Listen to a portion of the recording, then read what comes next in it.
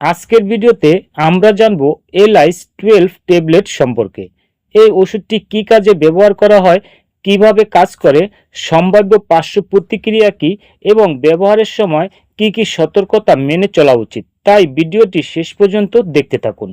LIS-12 হলো ivermectin সমৃদ্ধ একটি ওষুধ।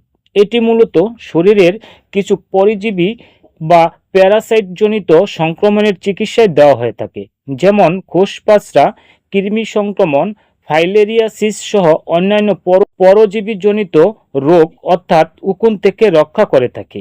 এলাইস পরজীবী স্নায়ুতন্ত্রের উপর কাজ করে এবং তাদের বৃদ্ধি ও বেঁচে থাকার ক্ষমতা কমিয়ে দেয়, ফলে সংক্রমণ নিয়ন্ত্রণে সাহায্য করে।